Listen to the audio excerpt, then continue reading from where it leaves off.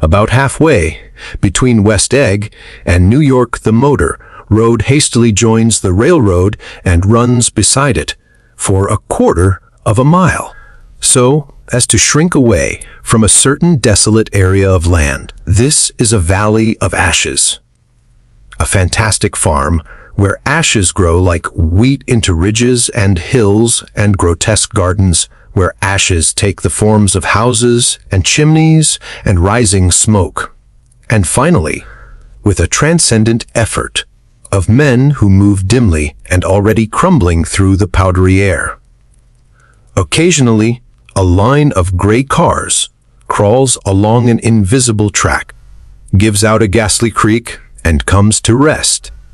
And immediately the ash, gray men swarm up with leaden spades and stir up an impenetrable cloud, which screens their obscure operations from your sight. But above the gray land and the spasms of bleak dust which drift endlessly over it, you perceive, after a moment, the eyes of Dr. T.J. Eckelberg.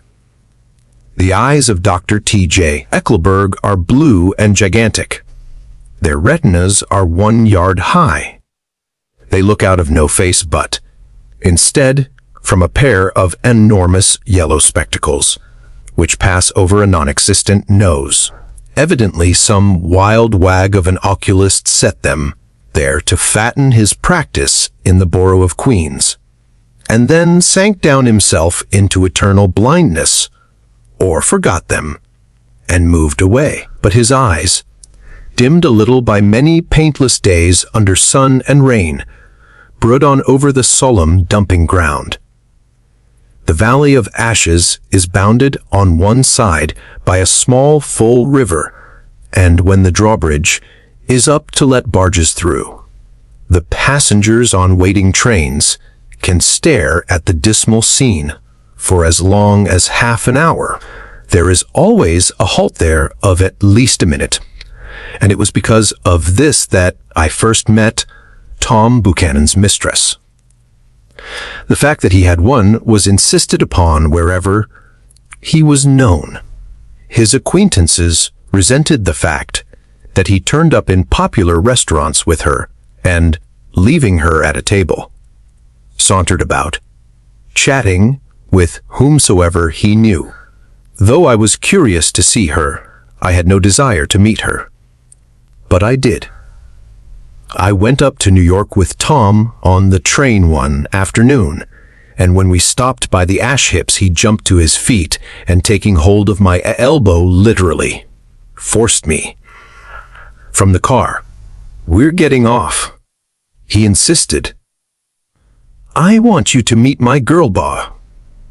I think he'd tanked up a good deal at luncheon, and his determination to have my company bordered on violence. The supercilious assumption was that on Sunday afternoon I had nothing better to do. I followed him over a low white-washed railroad fence, and we walked back 100 yards along the road under Dr. Eckelberg's persistent stare.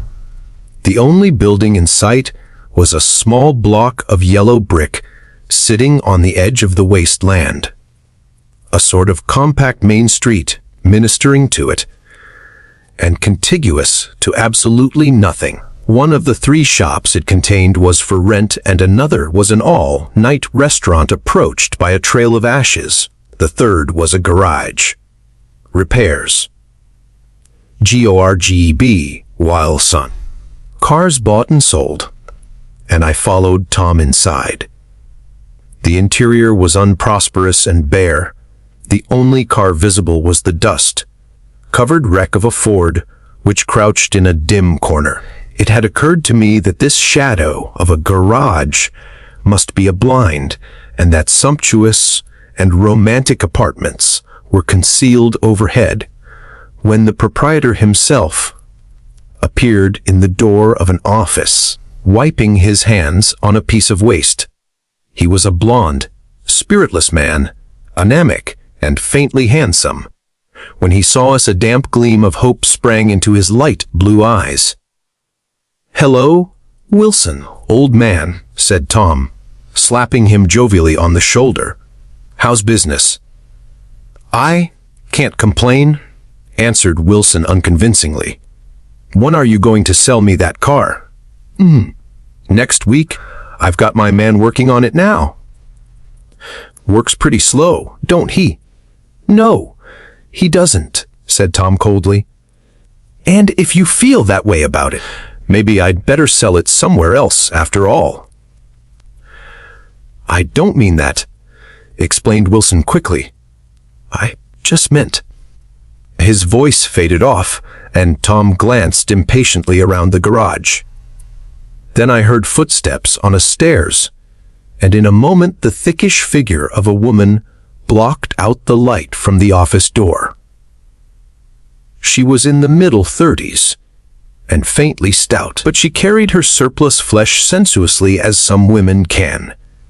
Her face, above a spotted dress of dark blue crepe, D-chine, contained no facet or gleam of beauty, but there was an immediately perceptible vitality about her, as if the nerves of her body were continually smoldering. She smiled slowly, and walking through her husband as if he were a ghost, shook hands with Tom, looking him flush in the eye. Then she wet her lips, and without turning around spoke to her husband in a soft, coarse voice.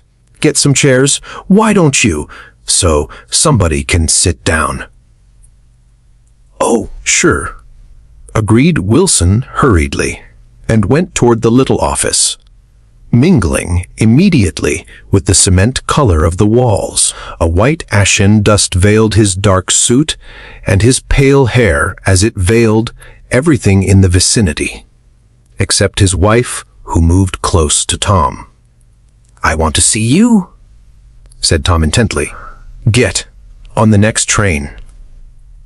"All right. I'll meet you by the news. Stand on the lower level."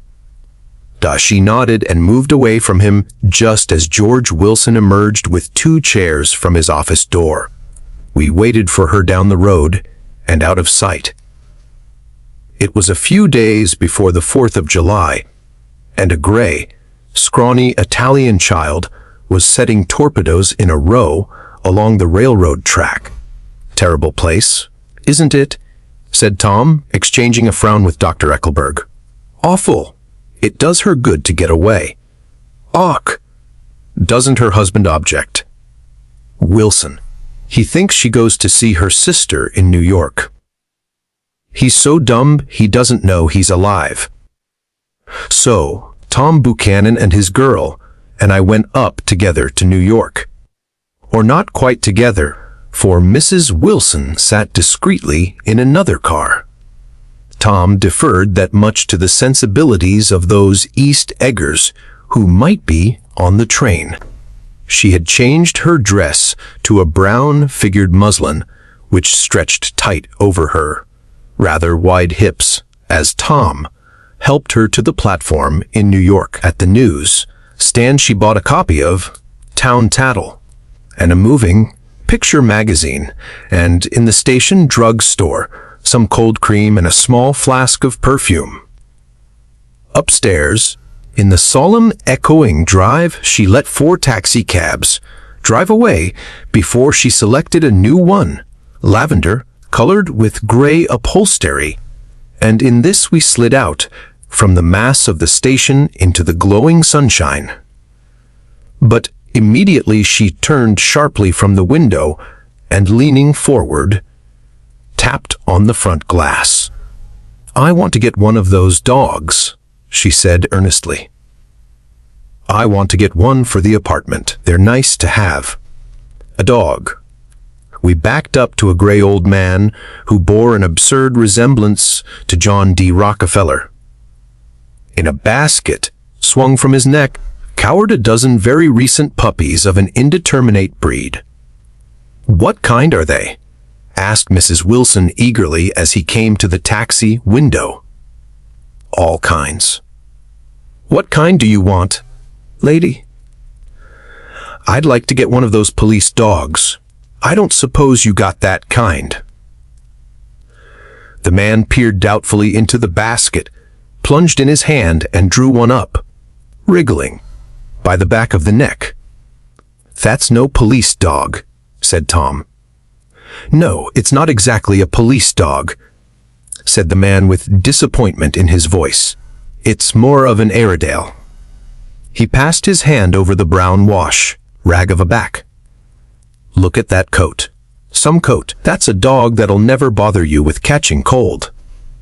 "I think it's cute," said Mrs. Wilson enthusiastically. "How much is it?" "That dog." He looked at it admiringly. "That dog will cost you $10. The Airedale. Undoubtedly there was an Airedale concerned in it somewhere, though its feet were startlingly white. Changed hands and settled down into Mrs. Wilson's lap, where she fondled the weather-proof coat with rapture. "Is it a boy or a girl?" she asked delicately. That dog's a boy." "It's a bitch," said Tom decisively. "Here's your money. Go and buy 10 more dogs with it." But we drove over to Fifth Avenue, so warm and soft, almost pastoral, on the summer Sunday afternoon, that I wouldn't have been surprised to see a great flock of white sheep turn the corner. "Hold on," I said. "I have to leave you here." "No, you don't," interposed Tom quickly. "Myrtle'll be hurt if you don't come up to the apartment." "Won't you, Myrtle?" "Come on," she urged. "I'll telephone my sister Catherine. She's said to be very beautiful by people who ought to know."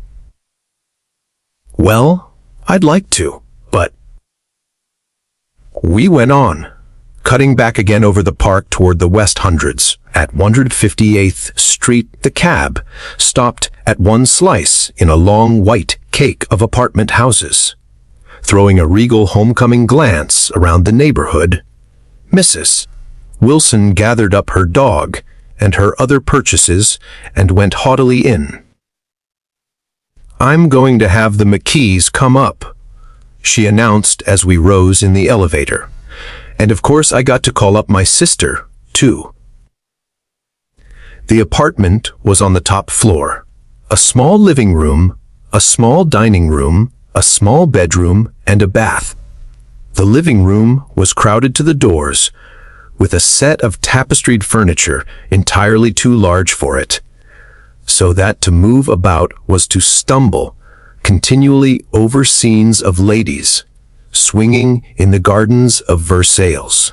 The only picture was an enlarged photograph, apparently a hen sitting on a blurred rock. Looked at from a distance, however, the hen resolved itself into a bonnet, and the countenance of a stout old lady beamed down into the room. Several old copies of Town Tattle lay on the table together with a copy of Simon Called Peter, and some of the small scandal magazines of Broadway. Mrs. Wilson was first concerned with the dog. A reluctant elevator boy went for a box full of straw and some milk, to which he added on his own initiative a tin of large hard dog biscuits, one of which decomposed apathetically in the saucer of milk all afternoon. Meanwhile, Tom brought out a bottle of whiskey from a locked bureau door. "I have been drunk just twice in my life, and the second time was that afternoon, so everything that happened has a dim, hazy cast over it, although until after 8 o'clock the apartment was full of cheerful sun." Sitting on Tom's lap, Mrs. Wilson called up several people on the telephone. Then there were no cigarettes, and I went out to buy some at the drug store on the corner. When I came back, they had disappeared, so I sat down discreetly in the living room and read a chapter of Simon Called Peter. Either it was terrible stuff, or the whiskey distorted things, because it didn't make any sense to me, just as Tom and Myrtle After the first drink, Mrs. Wilson and I called each other by our first names. Reappeared, company commenced to arrive at the apartment door. The sister, Catherine, was a slender, worldly girl of about 30 with a solid, sticky bob of red hair and a complexion powdered milky white. Her eyebrows had been plucked and then drawn on again at a more rakish angle. But the efforts of nature toward the restoration of the old alignment gave a blurred air to her face. When she moved about, there was an incessant clicking as innumerable pottery bracelets jingled up and down upon her arms. She came in with such a proprietary haste and looked around so possessively at the furniture that I wondered if she lived here. But when I asked her, she laughed immoderately, repeated my question aloud, and told me she lived with a girlfriend at a hotel. Mr. McKee was a pale, feminine man from the flat below. He had just shaved, for there was a white spot of lather on his cheekbone, and he was most respectful in his greeting to everyone in the room. He informed me that he was in the artistic game, and I gathered later that he was a photographer and had made the dim enlargement of Mrs. Wilson's mother, which hovered like an ectoplasm on the wall. His wife was shrill, languid, handsome, and horrible. She told me with pride that her husband had photographed her 127 times since they had been married. Mrs. Wilson had changed her costume some time before and was now attired in an elaborate afternoon dress of cream-colored chiffon, which gave out a continual rustle as she swept about the room. With the influence of the dress, her personality had also undergone a change. The intense vitality that had been so remarkable in the garage was converted into impressive hauteur. Her laughter, her gestures, her assertions became more violently affected moment by moment, and as she expanded, the room grew smaller around her until she seemed to be revolving on a noisy, creaking pivot through the smoky air. "My dear," she told her sister in a high mincing shout, "most of these fellas will cheat you every time. All they think of is money. I had a woman up here last week to look at my feet, and when she gave me the bill you'd have thought she had my appendicitis out." "Bon, what was the name of the woman?" asked Mrs. McKee. "Mrs. Eberhardt. She goes around looking at people's feet in their own homes." "I like your dress," remarked Mrs. McKee. "I think it's adorable."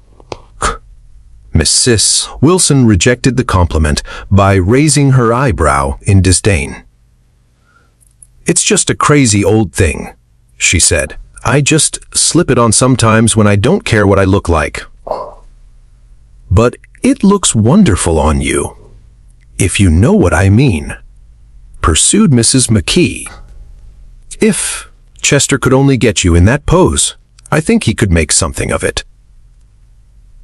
We all looked in silence at Mrs. Wilson, who removed a strand of hair from over her eyes and looked back at us with a brilliant smile. Mr. McKee regarded her intently with his head on one side, and then moved his hand back and forth slowly in front of his face.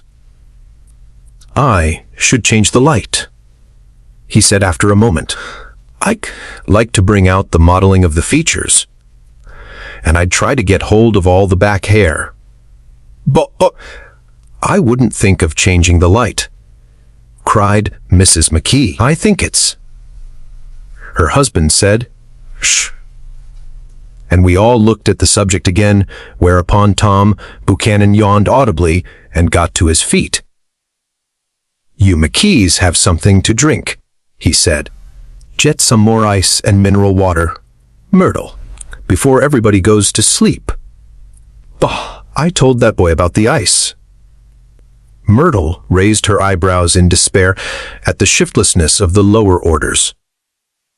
These people! You have to keep after them all the time. She looked at me and laughed pointlessly. Then she flounced over to the dog, kissed it with ecstasy, and swept into the kitchen, implying that a dozen chefs awaited her orders there. I've done some nice things out on Long Island, asserted Mr. McKee. Tom looked at him blankly. 2 of them we have framed downstairs. 2 what? Demanded Tom.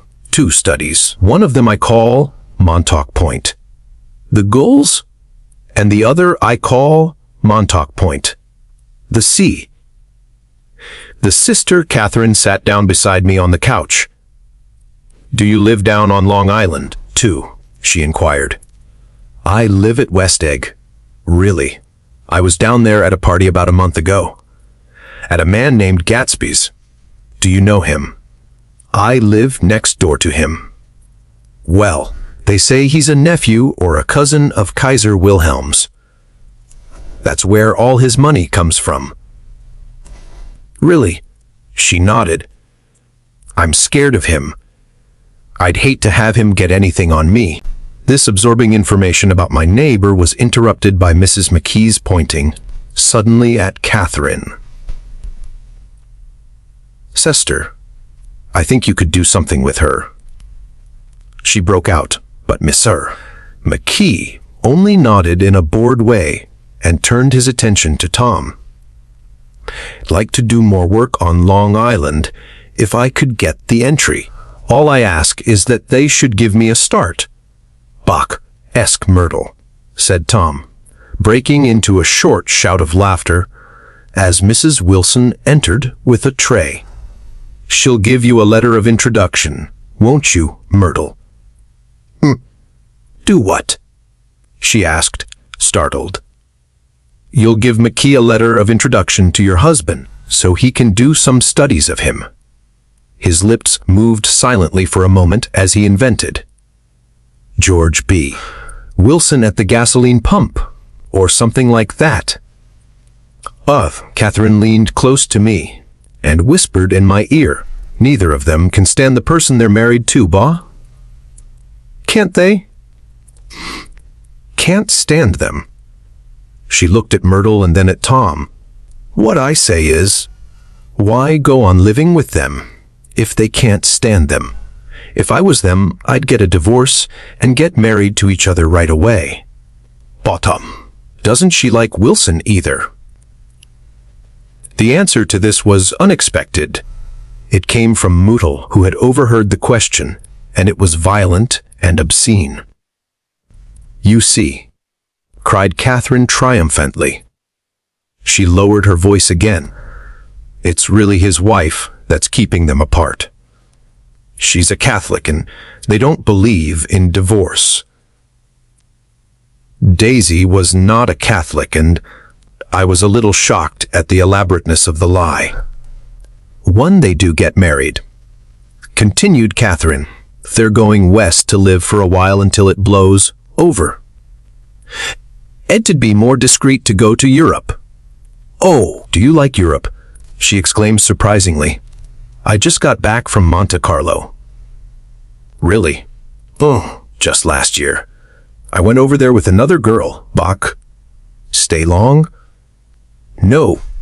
We just went to Monte Carlo and back. We went by way of Marseilles. We had over $1,200 when we started, but we got gypped out of it all in 2 days in the private rooms. We had an awful time getting back, I can tell you. God, how I hated that town. The late afternoon sky bloomed in the window for a moment, like the blue honey of the Mediterranean. Then the shrill voice of Mrs. McKee called me back into the room. I almost made a mistake, too, she declared vigorously. I almost married a little kike who'd been after me for years. I knew he was below me. Everybody kept saying to me, Lucille, that man's way below you. But if I hadn't met Chester, he'd have got me sure. But listen, said Myrtle Wilson, nodding her head up and down. At least you didn't marry him. I know I didn't, Bot. Well, I married him, said Myrtle, ambiguously. And that's the difference between your case and mine. Why did you, Myrtle? Demanded Catherine. Nobody forced you to. But Myrtle considered. I married him because I thought he was a gentleman, she said finally. I thought he knew something about breeding, but he wasn't fit to lick my shoe. You were crazy about him for a while, said Catherine. Crazy about him? Cried Myrtle incredulously. Who said I was crazy about him? I never was any more crazy about him than I was about that man there. She pointed suddenly at me, and everyone looked at me accusingly. I tried to show by my expression that I had played no part in her past. The only crazy I was when I married him. I knew right away I made a mistake. He borrowed somebody's best suit to get married in, and never even told me about it. And the man came after it one day when he was out. She looked around to see who was listening. Oh, is that your suit? I said. This is the first I ever heard about it. But I gave it to him, and then I lay down and cried to beat the band all afternoon. Saying, she really ought to get away from him, resumed Catherine to me. They've been living over that garage for 11 years, and Tom's the first sweetie she ever had. The bottle of whiskey, a second one, was now in constant demand by all present, excepting Catherine, who felt just as good on nothing at all. Tom rang for the janitor and sent him for some celebrated sandwiches, which were a complete supper in themselves.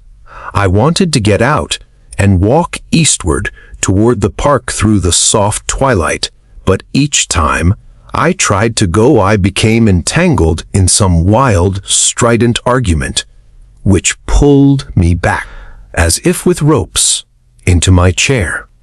Yet, high over the city, our line of yellow windows must have contributed their share of human secrecy to the casual watcher in the darkening streets. And I was him too, looking up and wondering. I was within and without, simultaneously enchanted and repelled by the inexhaustible variety of life.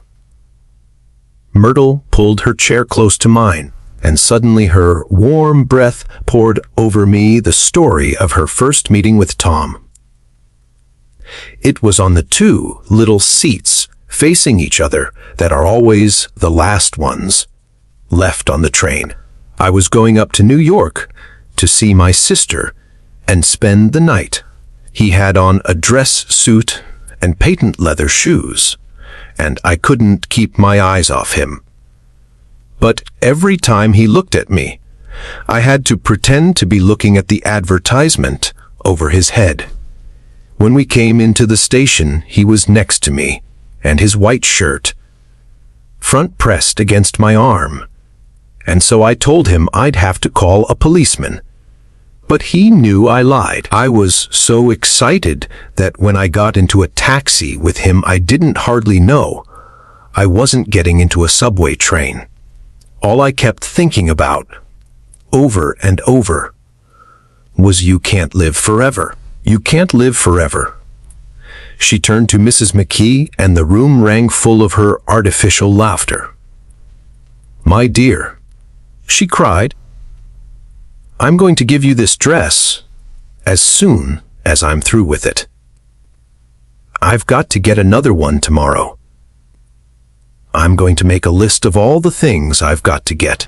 A massage and a wave and a collar for the dog, and one of those cute little ash trays where you touch a spring, and a wreath with a black silk bow for Mother's grave that'll last all summer. I got to write down a list so I won't forget all the things I got to do. It was 9 o'clock. Almost immediately afterward, I looked at my watch and found it was 10. Mr. McKee was asleep on a chair with his fists clenched in his lap, like a photograph of a man of action. Taking out my handkerchief, I wiped from his cheek the remains of the spot of dried lather that had worried me all the afternoon. The little dog was sitting on the table looking with blind eyes through the smoke and from time to time groaning faintly. People disappeared, reappeared, made plans to go somewhere, and then lost each other, searched for each other, found each other a few feet away. Sometime toward midnight, Tom Buchanan and Mrs. Wilson stood face to face discussing in impassioned voices whether Mrs. Wilson had any right to mention Daisy's name. "Daisy!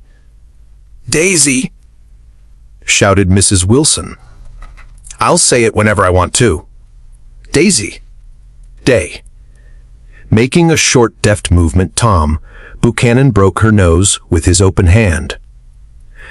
Then there were bloody towels upon the bathroom floor, and women's voices scolding, and high over the confusion, a long, broken wail of pain.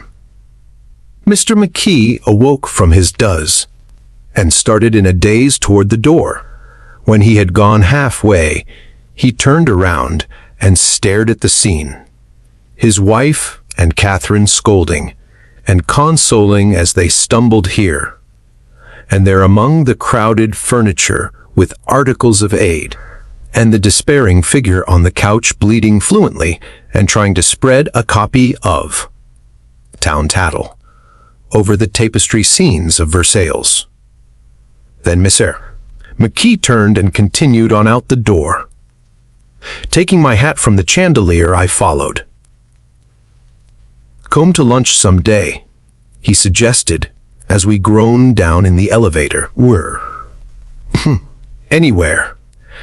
Keep your hands off the lever," snapped the elevator boy. "I beg your pardon," said Mr. McKee with dignity.